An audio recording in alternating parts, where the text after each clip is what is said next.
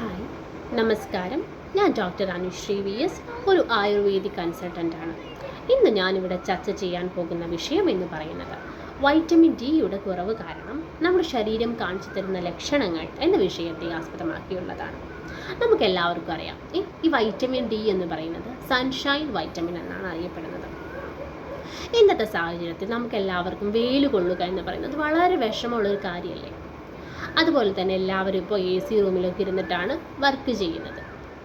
അപ്പോൾ നമ്മുടെ ശരീരത്തിന് ആവശ്യമുള്ള വൈറ്റമിൻ ഡി ലഭിക്കില്ല. ഈ സമയത്താണ് നമുക്ക് വൈറ്റമിൻ ഡി ഡെഫിഷ്യൻസിയുടെ കുറവ് നമ്മൾ കണ്ടുവരിക, നമ്മുടെ ശരീരത്തിൽ കണ്ടുവരിക.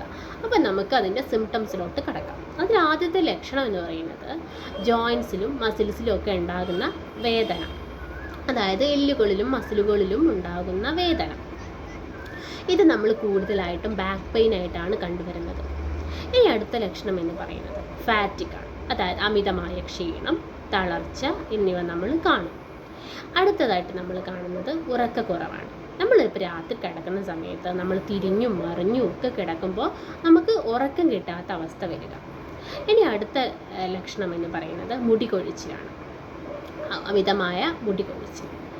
പിന്നെ നമ്മൾ അടുത്ത ലക്ഷണം എന്ന് പറയുന്നത് ശരീരത്തിൻ്റെ രോഗപ്രതിരോധ ശേഷി കുറയുക, അതായത് ശരീരത്തിൻ്റെ ഇമ്മ്യൂണിറ്റി കുറയുക. അപ്പം നമുക്ക് പെട്ടെന്ന് അസുഖങ്ങൾ പിടിപെടും. കൂടെ പനിയും ചുമയും ജലദോഷവും മറ്റ് അസുഖങ്ങളും പെട്ടെന്ന് നമ്മളെ ശരീരത്തിന് പിടിപെടും. ഇനി അടുത്ത ലക്ഷണം എന്ന് പറയുന്നത് ഈ മൂഡ് സ്വിങ്സ്, അതുപോലെ തന്നെ ഡിപ്രഷൻ. നമുക്ക് പെട്ടെന്ന് ദേഷ്യവും സങ്കടവും ഒക്കെ വരിക. അപ്പോൾ ഇതൊക്കെയാണ് നമ്മൾ കോമൺ സിംറ്റംസ് ആയിട്ട് നമ്മൾ കണ്ടുവരുന്നത്. നിങ്ങൾക്കറിയോ, നമ്മുടെ ഈ അഡൾട്ട്സിലെ നോർമൽ വൈറ്റമിൻ ഡി ലെവൽ എന്ന് പറയുന്നത് 20 നാനോഗ്രാംസ് പെർ മില്ലി ലിറ്റർ ആണ്. ഇതിൽ കുറയുമ്പോഴാണ് നമ്മുടെ ശരീരത്തിൽ ഇതിൻ്റെ ലക്ഷണങ്ങൾ കണ്ടുവരിക.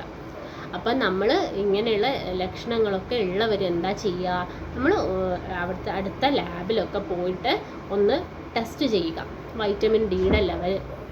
അതുപോലെ തന്നെ നിങ്ങൾ അടുത്തുള്ള ഒരു ഡോക്ടറുടെ സേവനവും തേടുക. Thank you.